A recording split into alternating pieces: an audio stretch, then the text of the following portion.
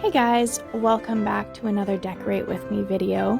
Today we are working on a bit of the mantle and another tree.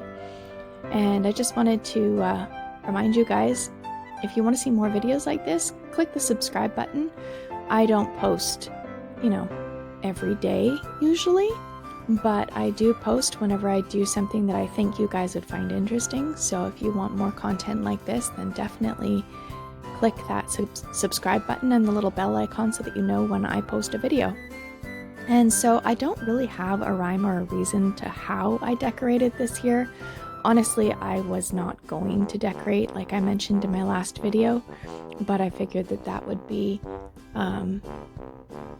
disappointing for the kids, and 2020 has already been a hard year, so yeah, I just figured it would be a good idea. So if you're watching this in hopes of, getting tips or tricks for a system, this is not the video for that. I just kind of am going by guess and by gosh and seeing what I have and just backing up and looking at it and seeing if I like it, and if I don't, starting from there. I will say one thing I do have that is a bit of a system is all of my Christmas stuff is in bins. And when I pack those bins away, I actually lay everything out on a tarp that's going in the bin, and I snap a photograph. And then I catalog what's in each bin so that if I need inspiration or need to know like what I have because I'm trying to fill a space, I'll go through that catalog and I'll be like, oh, that's right, I have that Christmas tree. It's in bin 22. And then I can go to bin 22 and get the Christmas tree.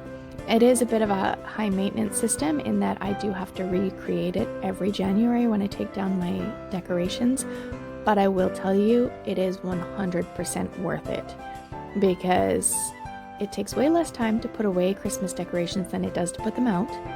And just a quick photograph and I know exactly what I have. And hey, for insurance purposes, if anything ever happened, I have photos of all of my Christmas decorations, and you better believe I'd be getting them replaced.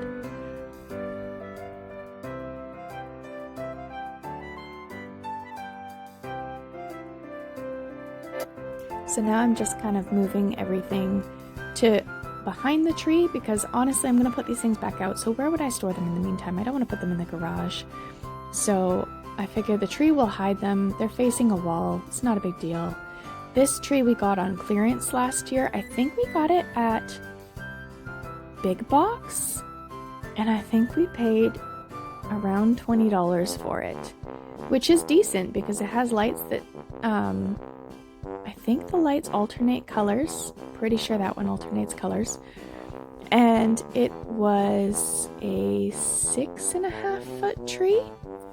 Now, when we got it set up, because we normally have a real tree every year, and we're not doing that this year because it just felt like too much this year, I wasn't super thrilled with the height because our real tree usually reaches the ceiling.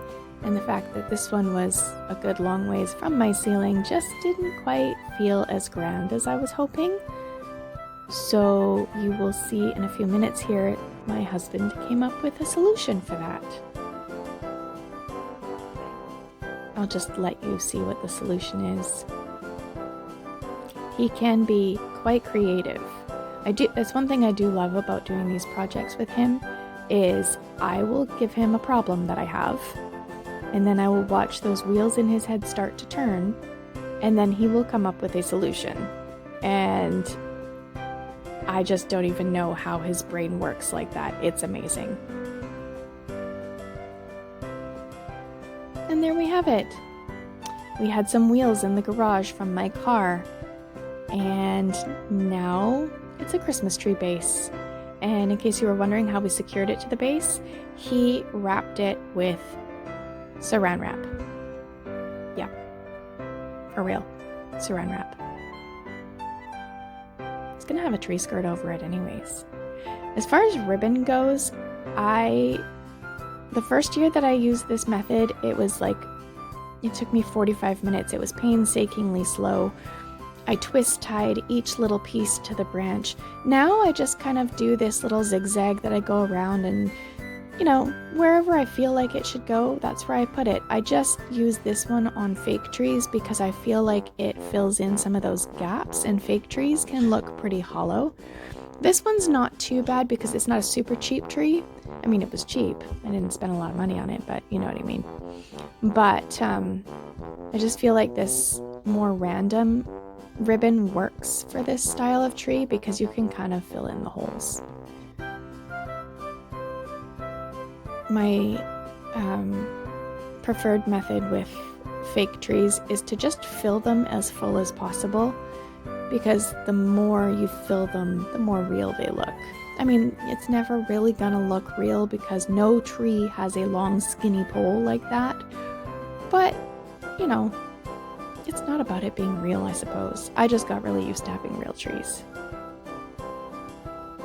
Now I've got some garland that I picked up at Michael's last year. It's just a rose gold and kind of a soft silver, and I'm just putting it randomly through wherever I see a gap. I have 3 strands of it, and I think the strands are 6 feet long. So yeah, that worked well for this tree. When I use it on my real tree, it wasn't quite enough, but my real trees are much bigger. So there were upsides to this tree being small. Now I'm just filling in the big gaps with my very large balls. They're, again, a soft silver and like a rose gold color. I just love oversized decorations on a tree. I already have ideas for what I want to do to my tree next year, and it's not even Christmas yet, guys.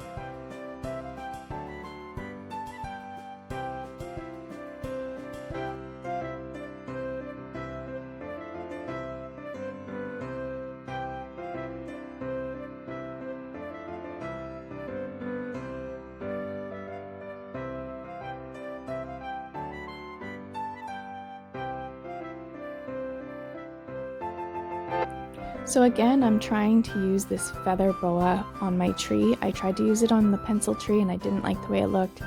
And I just kind of placed it on there to see if I liked it with the decorations, and honestly it just looked too stark and white, so off it came, but I still felt like this tree was missing something. It seemed empty and hollow and it just wasn't really working. So I have these feathers.